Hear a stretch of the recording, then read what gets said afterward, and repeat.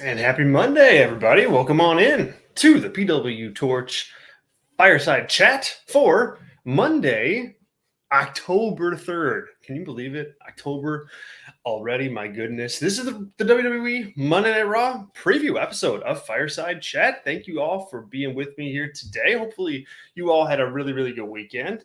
I did. It's really, really feeling like fall out there for sure. Hey, Steven. Hey, Kev, man. What's going on in the chat? Thanks for being here with me today. Thanks for joining us. Feeling like fall here in Chicago without question. That has its pluses and minuses. You won't find anybody who loves fall more than me. But boy, winter's coming. Game of Thrones style. Well, not quite that bad, but you know what I'm saying. Anyway, thanks for being with me. If you're new here or you're watching this on demand a little bit later before Monday Night Raw this week, do us a favor, like the video, subscribe to the YouTube channel. We have a busy week here on the PWTorch YouTube channel. Previews of all the big shows live as always. Our Fireside Chat flagship show with Tyler and I on Thursday, and then Saturday a live watch along of WWE Extreme Rules. So come join us. Come join us for that show. It's gonna be a really good show, I think. And we've been having a blast, kind of like just hanging out during pay-per-views, a couple cold beverages, et cetera. We'll have a blast. So make your plans. Second screen right here for Extreme Rules on Saturday night. Azan, welcome on in. Dr. Ross, hello. Pleasure to have you here as always. We have a ton to talk about because it is the Extreme Rules Go Home show. And I'm curious to what everybody else thinks in the chat today, because I kind of do feel like it's a go home episode of the show. Like I think you have different entities and different programs that are kind of coming to a head. And it's like you don't have to get 2-3 more weeks out of this stuff. Like it's there. It's ready to go. And I think tonight's episode of Raw really drives that point home. So Azan, I kind of disagree. I think it does feel like a go home show in that regard. Now, if you're not a fan of the different stories that they're telling here or the matches and what have you, then I think you're probably not loving this too much tonight. But I think it'll be pretty newsworthy in terms of the build and putting the final WWE Raw stamp of approval on. So let's get into it. We'll break down tonight's show and we'll have a full Extreme Rules preview this Thursday, 4 Eastern, right here on the YouTube channel with our flagship episode of the Fireside Chat with myself and Tyler Sage. So you can join us there for that. But tonight, couple big headlines segments for tonight's episode. And we'll start with the women's division. Bianca Belair and Bayley are going to sign the contract for their Extreme Rules Championship match. It's a ladder match, the first ever singles ladder match for the women's championship in WWE. So kind of historic as far as that goes. But man, I don't know about you guys, but I'm not feeling the chemistry right now between Bianca Belair and Bayley. They're saying all the right things, I think. From a promo perspective, they're talking and they're trying to frame this match as something big, and they're trying to cultivate the idea that Bayley and Bianca are in this blood rivalry with one another. But I'll tell you, I am just not feeling that. I'm not buying what they're selling in that regard. And I think it's a couple reasons for it. Number one, Bayley has been lukewarm on her return. And Wade talked about this on the Wade Keller Pro Wrestling post show after SmackDown, that it just doesn't seem like she's very invested in the current character. It's almost, it's kind of like it's run its course. I compared it last week a little bit. So don't take me out of context here. A little bit like MJF.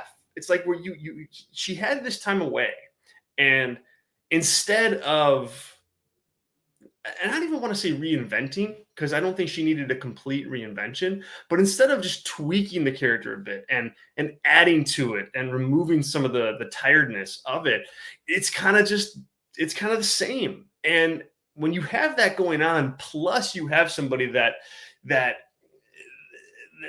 maybe is just not feeling either what she's being given or just kind of the role in general, it makes for a pretty bad environment. And yeah, Zach, I agree that she hasn't been good on the mic.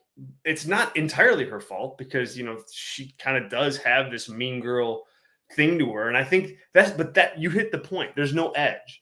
And I think when she was here before, prior to her injury, that character that she was playing, the character that she's playing right now, was fresh and had a little bit more edge. It was new. She had Sasha Banks to play off of, right? And so I just don't think like she's found her groove. It kind of reminds me of like, do you guys remember when Chris Jericho, came back, to the WWE after his first hiatus, the first time with the short hair, right? And Jericho came out. He kind of was trying to be the same exact guy, but realized that character was two years old or whatever it was, year old plus. And he had to reinvent it, and he didn't. And he totally reinvented it, right? But I think we need to see something similar from Bayley, in terms of if she wants to kind of get that spark again and get hot again, man, you gotta try something new, because this just isn't working. It's not. She doesn't seem invested in what she's doing, and so when you have that going on, and you have Bianca Belair there, who's trying to, I think she's held up her end of the bargain for the most part. I think she presents as a world champion. She's been champion since WrestleMania.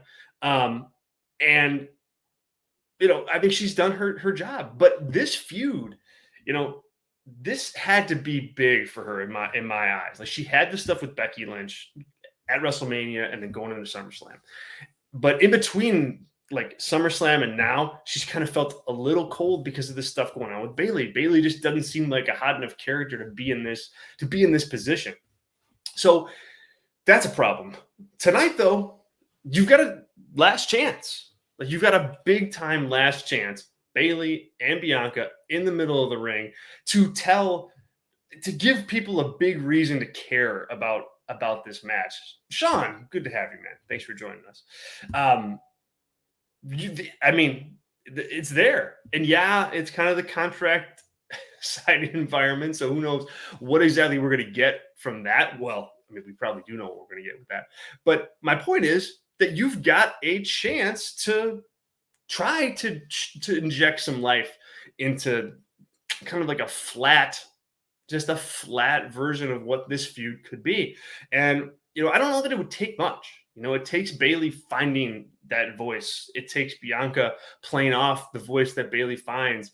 Like, I think it's possible. I think it's possible to heat this up. So I'm really interested to see what she can do and what they can do to drive interest and kind of jolt this thing up. Because you think like, okay, if I would have told you 3 months ago, 5 months ago, that Bayley and Bianca Belair are going to be wrestling for the Raw Women's Championship, and there was like one of the, I don't know, like there isn't a men's singles title like that's going to be on this show. If I told you that, and it was a ladder match, I think you could make the case like, okay, well, there's your main event. But this program right now is nowhere near that level, and I don't think even a home run segment tonight, I don't think can get it there. I think you're looking at the fight pit to close the show, which is unfortunate.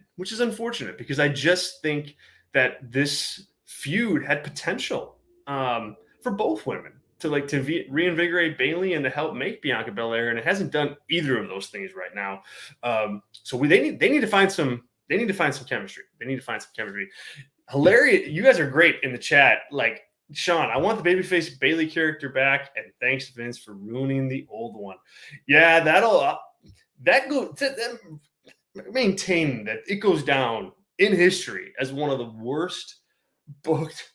She does as one of the worst booked babyfaces of all time. Like, my goodness, you had like gold and a whole lot of money on a silver platter, and then it just fizzled and poofed into the thin air as soon as Bayley didn't take a swing at Alexa Bliss with that with that kendo stick at that I think it was a similar show. I think it might have been Extreme Rules.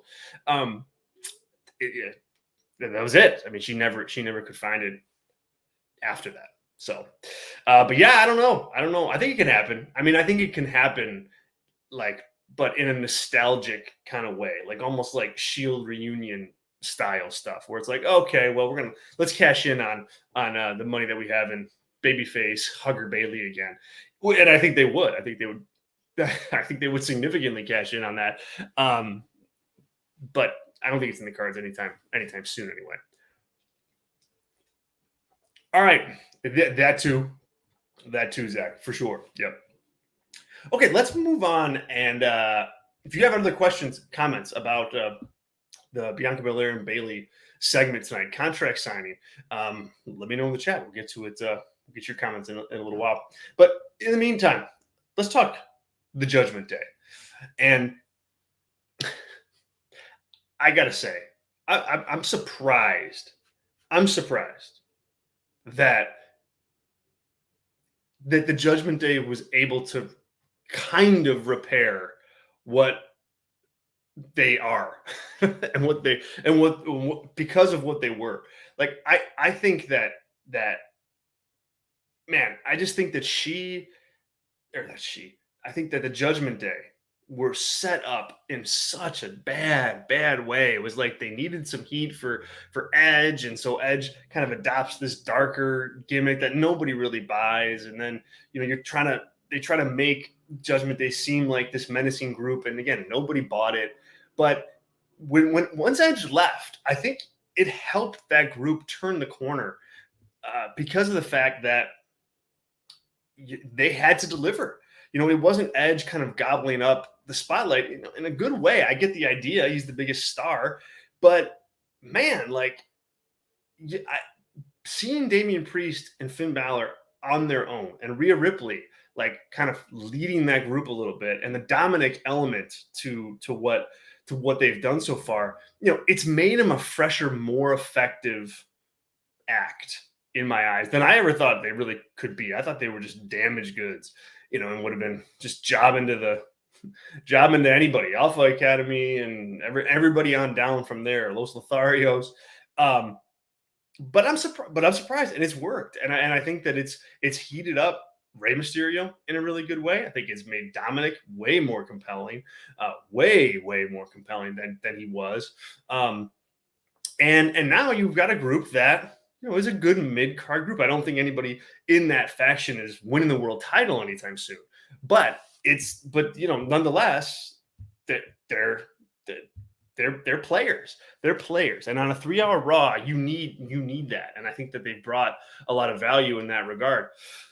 You guys, Rhea Ripley, she has been just tremendous. Like, I hope she can wrestle again, because, like, to me, there's just a ton of value there waiting to come out as a wrestler. I know she had some health problems or injury problems. I'm not sure which, but boy, oh boy, like, man, shit, you put what she can do in the ring with this character and the Judgment Day kind of behind her universally.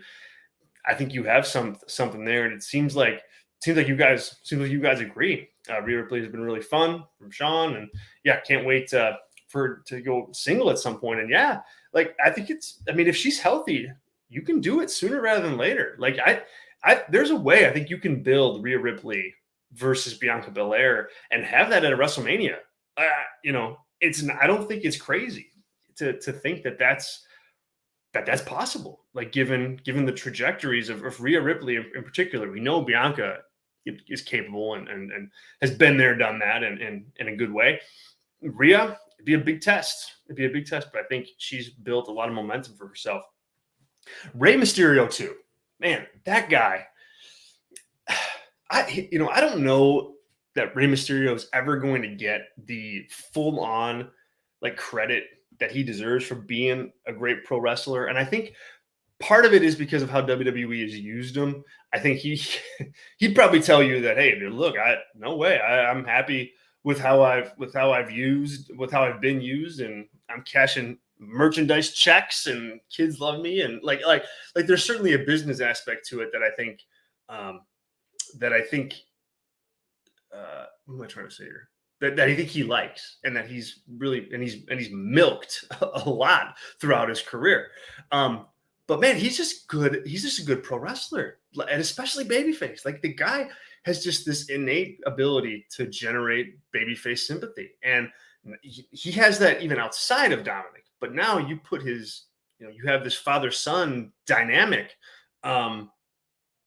behind him, and something that is so authentic because he is a father and Dominic is his kid. Like, I think it's easier for him to act in that scenario. And he has, Ray's never been like a great talker on the microphone, but he's always been able to convey the story in the ring. But here, man, wow, he's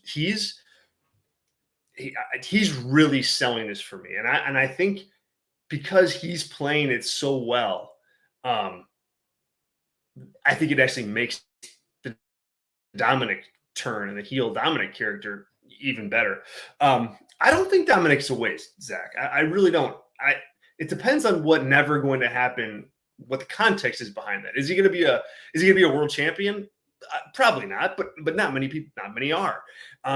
Can he be like a solid, mid-card heel based on what we've seen? Yeah, I think he can be. And I think, the outcome of this feud with his dad will be telling as far as that goes. This is an interesting question, Dr. Ross. What is going to push Ray over the edge into accepting a match with Dominic? That's a good, like a really good question.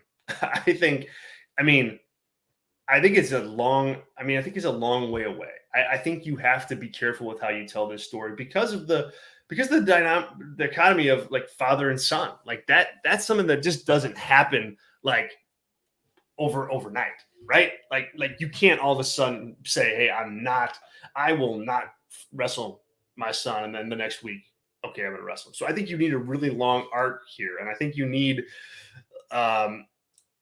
levels of the story where I think he has to have the big time feud with Edge at some point, and an actual match with Edge at some point to go through that chapter, and then eventually you get to Ray. Boy, spoken like a true Bears fan. Oh man. Well, we lasted 18 minutes before somebody had to toss some Bears shade, but deservedly so. Although, Zach, aren't you a Dallas Cowboys fan? So like, they also lost to the Giants, my friend. They also lost to the Giants.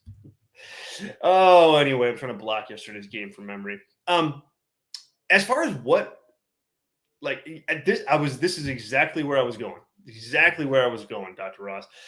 Rhea attacking like Dominic's family. I think that's maybe a way that you can get there. And it has to be something like pretty dark and twisted, I think. Like this can't be just like a regular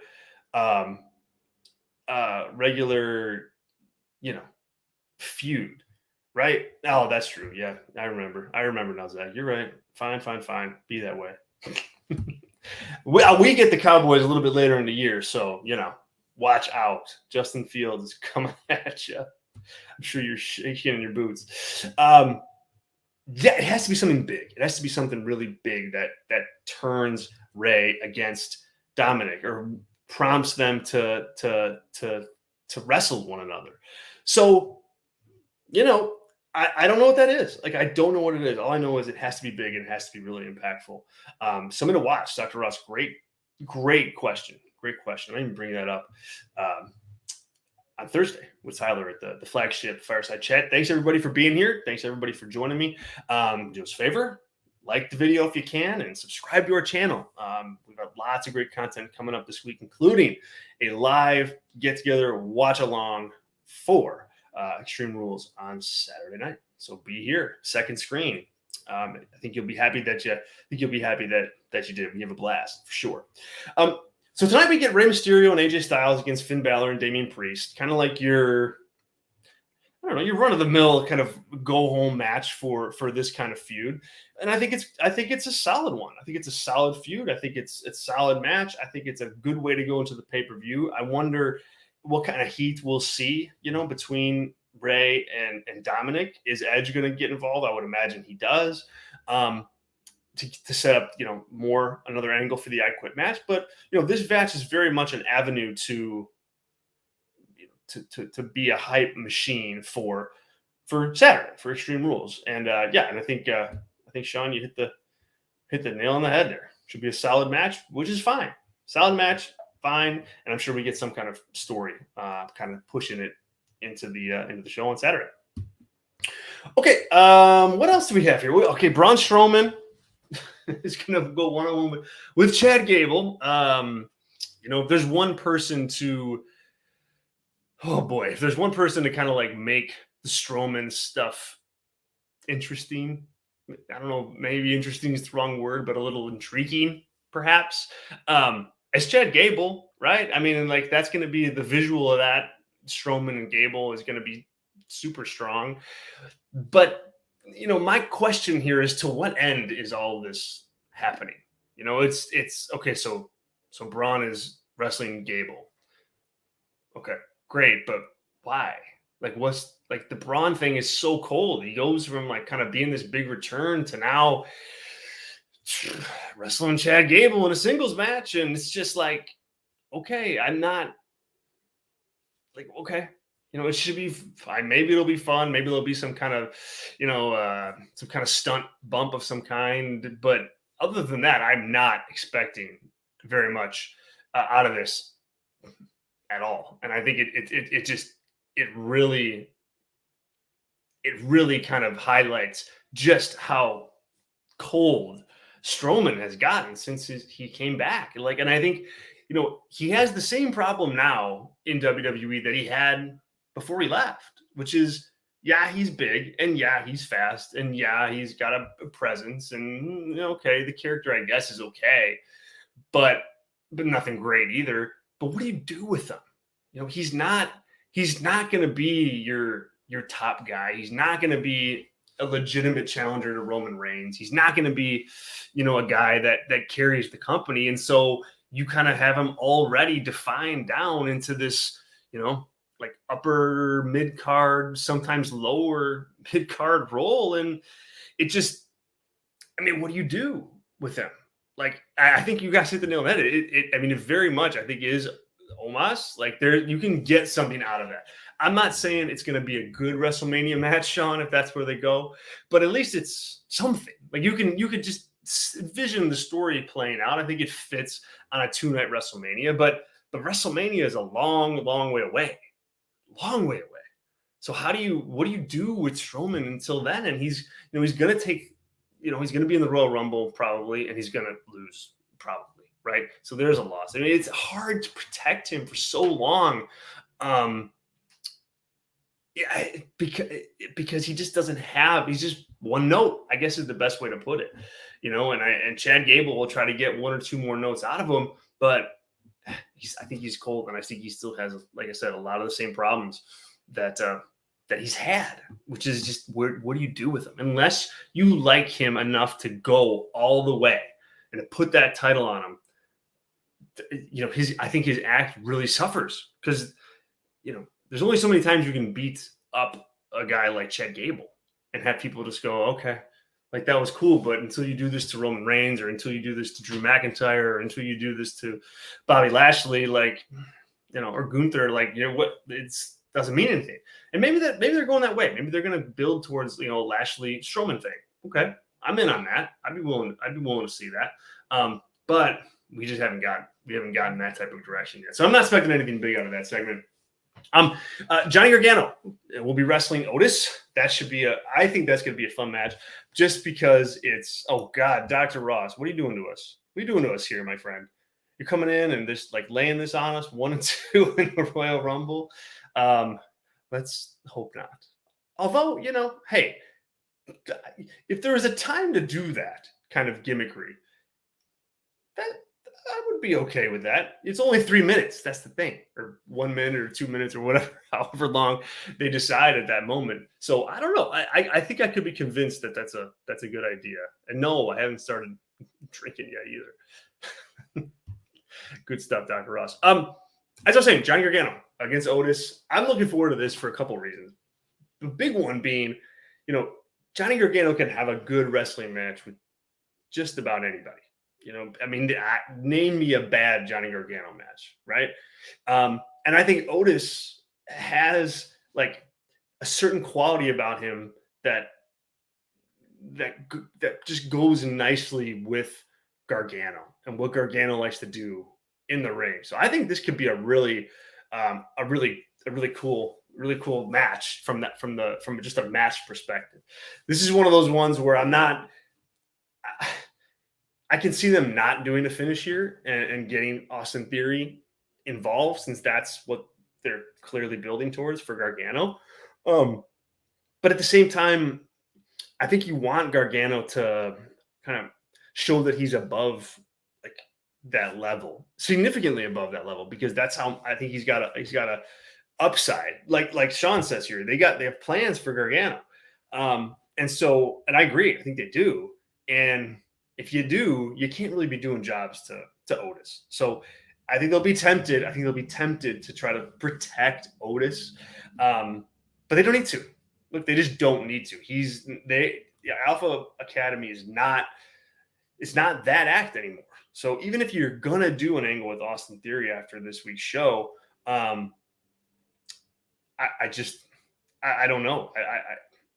I just don't know what the point would be of that. So I'm taking Gargano in this one, and I think we get the angle afterwards.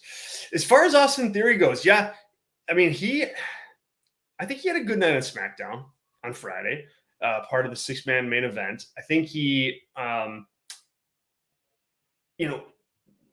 think that everybody's waiting for him to show a little bit more depth. We've seen a lot of the dopiness, and he started to pivot, right? Like he started to pivot around to, okay, like maybe I'm more aggressive, or maybe I'll put the phone away, or maybe I'll, stop talking like a goof. But they haven't gone fully there.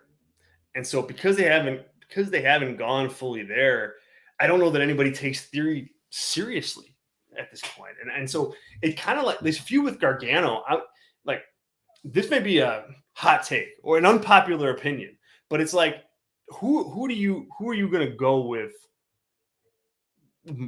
further, right? Are you going to go with Gargano, or are you going to go with Theory? Because I think if you decide like, hey, look, okay, we're going to go with Theory at some point, he's not going to be the guy that beats Roman Reigns, but maybe he is the guy that's going to beat Cody, for example. Okay, if you're going to go with him, having him just like destroyed Gargano at some point, like there's heat in that, and there's serious legitimacy in that, and that's what Theory needs. Like if he's gonna be a top guy and he's gonna be a top heel on your show, he can't be goofball heel. Just can't do it. So do you invest in him with a kind of angle like that with Gargano? Because Gargano, look, everyone loves Johnny Gargano, and so there is just a bottle of heat waiting to be released if Gargano is the guy, or excuse me, if Theory is the guy to do that to him. So I think that's one idea that you want to think about. But on the flip side, if they're going to go down this road, right, as Zach thinks, those plans for Gargano better be dethroning Roman Reigns. I think that's a little aggressive. He's not really attached to anything involving Roman Reigns, and you have Sami Zayn there, and I think you've got a lot of people on the list ahead of Gargano. But if that is the idea, and if that's the plan, well, then of course, you gotta have Johnny win clean, and tonight too. Yeah, I mean it's heat, Zach. That's what it is. That's how you build heels. You have them beat baby faces that everybody likes. I mean, that's what you do. Yeah, I'm more with Sean on this. I think Theory is doing pretty well. I like him more than you, as in Zach. Definitely didn't like him win Money in the Bank, and I agree with. It kind of, especially with Roman as the champion. Like if Cody was champion already, like okay, maybe you can give it the theory because you can buy that he may cash in on somebody like Cody and win. But we all know theory he is not cashing in on Roman Reigns. That makes absolutely no sense. So I don't really like it with him either. But I think his character has upside. I see it higher than this. Amos, thanks for joining us, by the way. I think what does he have? I mean, like, if you take away his, not that you can take it away, but if you overlook the stuff from outside of the ring, he can talk, he can wrestle, he's got a look, he's a fan of business. By all reports, he works hard and tries to like learn his craft. He's had a run on the indies. Like, I'm just not sure what's not to like buy into at this point. But hey, I've been wrong before. This would be huge, Dr. Ross. I mean, that would be huge. And again, if you're going that route, like, Johnny Gargano's not beating Austin Theory. If you're going that route, that's just not going to happen. Not going to happen. Okay, let's move on here. What did we miss here? Okay, Candice LeRae is going to take on Dakota Kai. Should be a pretty good women's match, I think. Excuse me there. But nothing much else to it, right? I would imagine, unfortunately for Candice LeRae, this may be like the heat time for Bayley, right? At some point, like, she gets in there and Damage Control just completely destroys Candice LeRae. I thought last week on Raw, they had Candice LeRae interact with Damage Control in a way that seemed, I don't want to say jarring, because I think it made a lot of sense, and I think it worked. Like, I really think it worked to kind of establish her, like, she's coming in, she's new. If you don't know who she is, she's on this level. But it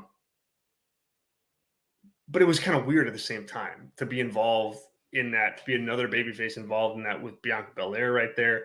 So I wonder if they just have put a pin in that and we're like, okay, we're going to, we're gonna work to get a ton of heat with Damage Control on LeRae. And I don't know, hell, maybe Bayley's gonna win at the pay-per-view and they're gonna set up Bayley against Candice LeRae. Like, I don't know. We'll see. But I don't make much of this match as much as I do. Hey, this one's ripe for some kind of shenanigans, and it's also ripe for some kind of angle as well. I'm with you, Sean. She is a slow build character for sure. Like Gargano, she's got this innate ability to, and like AJ Styles or like Rey Mysterio too. She's got an innate ability to just create sympathy as babyface. She is a perfect babyface, and she can play heel, no question about it. But man, she's just a perfect babyface. And so yeah, I would not be going with her as a heel right now, because you have a lot of stock in her as a babyface, and you can go a long way. So yeah, I hope they don't hotshot her to the front of the line, because I think people need to see her journey. I think they need to see her go from A to B to C to D all the way to that title match. That's where your money is. That's it. So I would not be rushing that. And last but not least, guys, Matt Riddle and Seth freaking Rollins. I'll do it. I'll give Seth what he wants. Seth freaking Rollins. They will face off this week. And with the news over the weekend that Daniel Cormier, UFC champion, multiple-time UFC champion, will be the special guest referee inside the fight pit. I think that's pretty cool. I mean, I think that's like a legit get as far as I'm concerned, as far as a celebrity, special appearance. I think that's just a cool thing. Like, he's got obviously the cage background, and he loves pro wrestling. So I think he knows, the business there, and like what what's at hand as far as the feud goes and what his role in that match at Extreme Rules is going to be. So I expect, like tonight, much like Bianca Belair and Bayley, I think these guys, and it's not as paramount because I think Riddle and Rollins have done a significantly better job, like telling their story than Bayley versus Belair. I think there's they don't have, they're not desperate for another chapter to heat things up. I think it's a hot feud, and whatever they do tonight's going to be like icing on the cake, so to speak. But you are going to get to see them in the ring together. You are going to get to see them face off. And I think you will see Cormier tonight in some fashion. Maybe it's going to be some kind of like promo, or I don't know. Maybe he'll be there in person. I don't know. I mean, it'd be a good way to create buzz about Saturday. That's for sure. But I think it also fits for the, it's kind of like your run-of-the-mill go-home angle where you've got one guy and you've got the other guy and you've got the authority figure like in the middle. Like tell that story. It's simple. It's really simple. But I mean, this feud has been pretty simple. It's just been about one bad guy in Rollins who, I think really needs to look in the mirror as far as how he's working as a heel, and what effect that stubbornness, if you will, has on the story and on Riddle in particular. But they've done a good job, and it's simple, and they don't like one another, and they've cost each other matches, and they've brawled backstage, and they can't be contained. So now they're going to the fight pit. Like sometimes it's as simple as that. A lot of times it's as simple as that, right? And so like why do anything else? I wouldn't add like another significant chapter here. I would just continue building on what they have and have them stare down and have them try to fight, and then have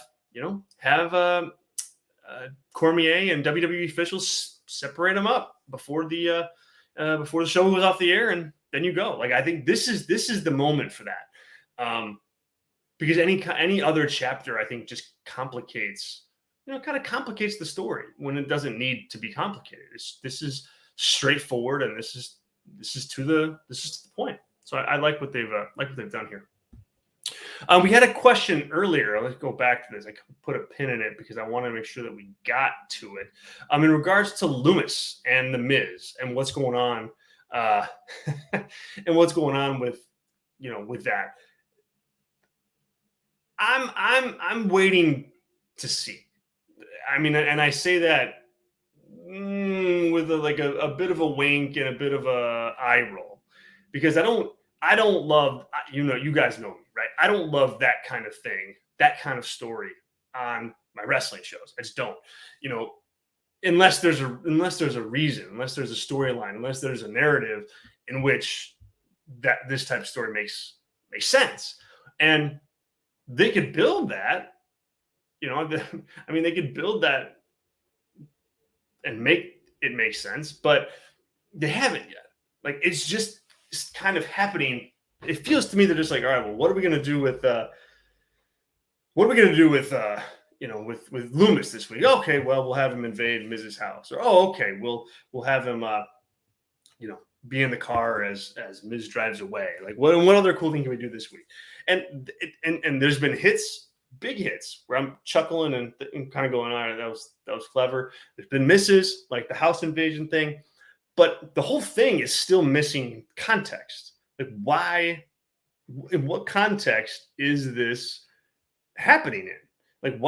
Like at some point we're going to have to get that, yes, they're probably going to have a match down the road, and that's great. But why is Lumis doing this to The Miz? Other than, okay, Miz is the perfect guy for him to be doing it to in real life, so let's do it because Miz can sell it great. You need more than that. You need more than that as a story, and I think not putting context around it, they it's not going to derail anything yet. But the longer they wait to put that context on the story, the more kind of defined mid-card level guy Lumis becomes. Because if he's just around, just doing this, and there's no reason for it, like I don't think people are going to look at him as, oh wow, this guy A, cares to be the world champion, or B, wants to even be the world champion. And I think you want more credibility for that guy if you're gonna go with him. If he's just gonna kind of be this gimmick thing, then okay, then I guess you're fine. And he's filling TV, and obviously you need that on a 3-hour show. But right now, Lumis has absolutely no depth to him at all. I think it's wearing thin. I mean, there's only so many times you can like freak out the Miz and not have a reason for it. And so like Amos says here, they got to put meaning behind it. They got to put meaning behind the story, and they have to do it really, really soon. I absolutely agree with that. All right, guys, we'll wrap it up. We will wrap it up there. Dr. Ross, good question. I think so. I think he's still not under contract, which is why they may not be referencing anything. But boy, it's been a while, huh? It's been a long while. So yeah, we'll see what happens tonight. Thank you all for joining me. We will wrap up there. That is Raw. And so you can follow me on Twitter at @ZHayDornTorch for my thoughts as the show goes on. And as always, on PWTorch.com on Tuesdays, I'll have my Haydorn's Monday Night Raw receipt column drop on PWTorch.com, kind of breaking down all my thoughts, a little bit of snark in there on this week's show. So definitely check that out and come on back. Tomorrow we'll preview NXT. Wednesday we will preview AEW Dynamite, the anniversary show live. Friday we will preview SmackDown live, and then Thursday the big flagship show, our weekly flagship here on YouTube. Me, Tyler Saves, breaking down all the crazy news in the week across wrestling. There's an Impact pay-per-view event on Friday. It's madness. It's pandemonium, I tell you. But we got you covered right here. So thank you all for being here. Amos, Dr. Ross, Sean, Zach, Azan, Steven, and everybody else who joined in. I really appreciate it. Thanks so much. Enjoy the show tonight. And we'll talk to you guys very, very soon.